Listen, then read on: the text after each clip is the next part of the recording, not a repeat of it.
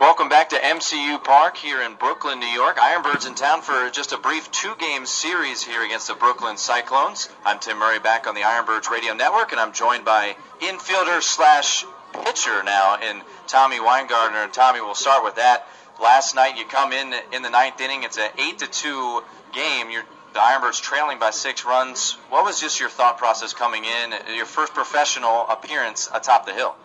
Just to come in and throw strikes, get guys out, and just do what I did in the bullpen that previous day. Well, you go up against the top of the Hudson Valley lineup that is pretty impressive, has some actually pretty highly thought of prospects. You get a pop out and then you strike out 2 batters. You retire the side in order, and once again, it wasn't like you were facing the bottom of the order. Or could you imagine a better half inning of work?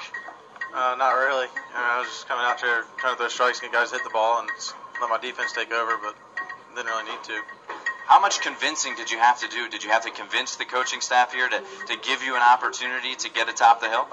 No, the farm director contacted all of us, and that's why they brought me back here from Delmarva, and they wanted to see if I could pitch. So I've been working on it for the last week, and yesterday was my first day. So. We're talking once again with Tommy Winegardner. Started the season with Delmarva. You actually started this season with Aberdeen, got promoted back to Delmarva, and as you mentioned, came back to Aberdeen. In Cumberland, you were the closing pitcher, as you just told me. What was that like? Would you play 8 innings in the field and then come out and just close the game if you guys were ahead? We had an infielder that could come out and do well in the infield if they ever needed me on the mound, and that's what they did. So he'd come in and play short, and I'd pitch.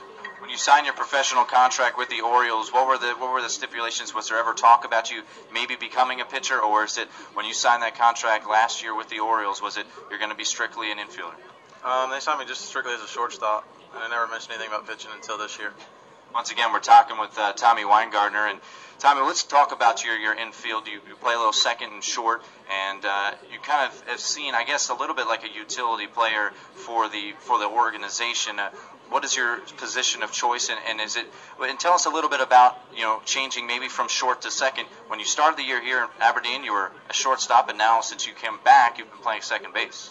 To me, it's roughly just the same. Just the thing that changes is double plays and how to turn them and stuff like that. But it's all the same to me. It's fun. So.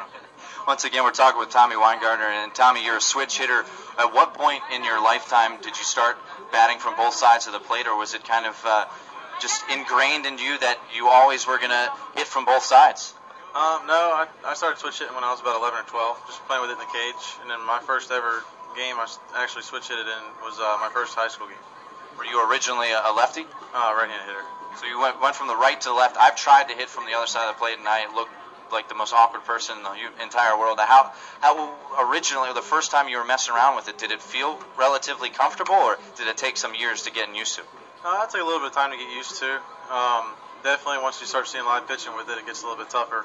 But I felt comfortable with it not too long after I started. Well, in your college days, you were kind of all over the place. You played at Polk State, you played at Coastal Carolina, you played at Cumberland, but you are originally from Maryland. What is it like playing within the organization? I'm not sure, I didn't ask you what your team was growing up, and if it wasn't the Orioles, you don't have to let people know, but is it pretty neat the fact that the Orioles organization is mostly in the state of Maryland, and that's where you're getting the opportunity to play a lot of your baseball?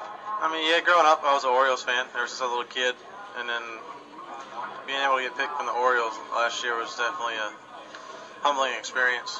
It's awesome, and being close to family and stuff definitely helps.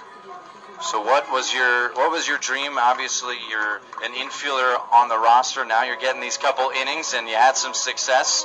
Now you envision yourself, or you're playing at Camden Yards. Are you on the right side of the infield? Are you on the left side of the infield? Or now are you atop the hill?